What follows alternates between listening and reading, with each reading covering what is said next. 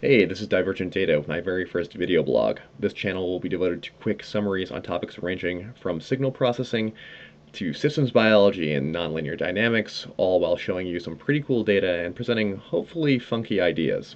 Today I'm going to start with a little pet project of mine, musical systems analysis. Now, like most bioengineers, I am a failed composer, and yet my skill set lends certain insights into the fundamental mathematical framework of contemporary music. You see, Western music is built upon a foundation of discrete integer values, known as the 12-tone equal temperament scale. This creates a robust musical lexicon upon which the wealth of our shared oral heritage has been created. In addition, because this system can be easily converted to numerical arrays, there exists an inherent tractability of this framework, making music amenable to mathematical analysis. There are two things to consider when analyzing music. First is the notes you choose, and second is the order in which you put them. For the purposes of this video, I'll take a look at both tone and rhythm data in this way. Let's take a look at some distribution data on tone. Here we see that we are bound in eternal servitude to our cruel master, the central limit theorem. I've chewed up around 1,500 pop songs to produce both interval and pure note distributions. Intervals are the leaps between notes, which roughly follow an exponential distribution, which in turn produces Gaussian distributions in the note values themselves. This makes intuitive sense given the relationship between the two distributions and the fact that interval frequency will govern the attachment of new notes to a melody. But why an exponential distribution in the first place? Intuitively, you can think of it as a cost function, with our ears not wanting to hear anything too jarring. We like hearing the same note again and again. Why are the distributions imperfect? Well, for starters, Western scales favor certain intervals, making a pure exponential distribution impossible. In addition, the location of the starting pitch dictates the resulting Gaussian note values, and certain starting pitches are simply more common than others. And finally, why the twin Gaussians? Well, most pop music features predominantly two voices, one low and one high.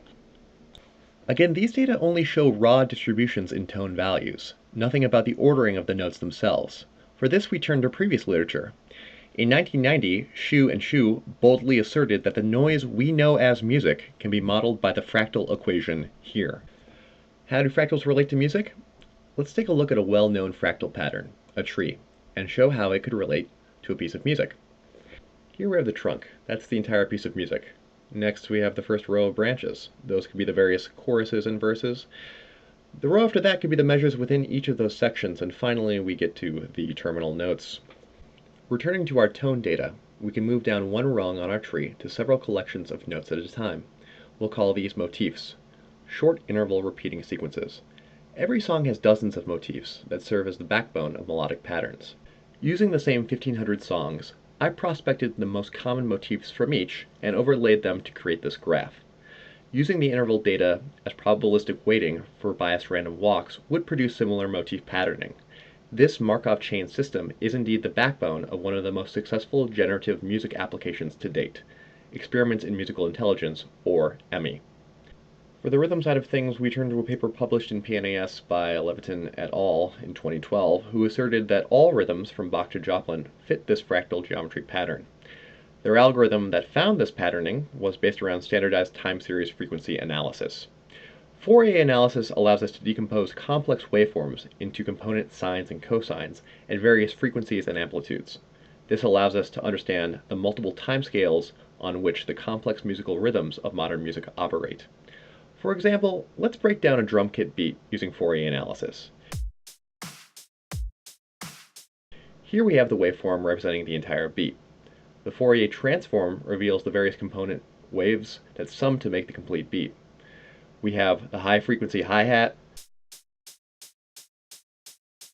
the lower frequency snare, and also the bass. I'm using frequency to refer to how often the note is played, not the actual sound. So much like a single waveform can contain all the composite information about the individual drum kit, we can use systems-level analysis to understand the composite rhythms of entire pieces of music. Levitin et al. Did just this when they found that all rhythm patterns conform to the same fractal geometry. This is all very descriptive science, and even if it conforms to some arbitrary p-value, as an engineer, I'm never satisfied until I can weaponize something I've learned.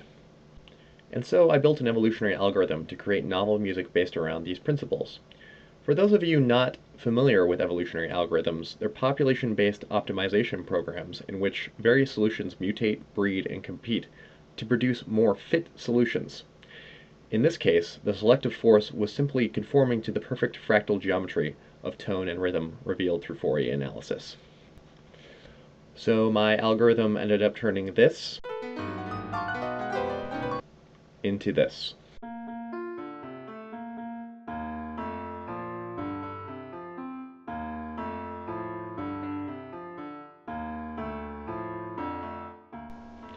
Not perfect, right? Of course, a piece of music with perfect fractal symmetry would be completely predictable and boring, so we need to introduce a little stochasticity to make it authentic music. Still, it demonstrates that if there is something mathematically identifiable as inherent musicality, applying some of this fractal nonsense might be key.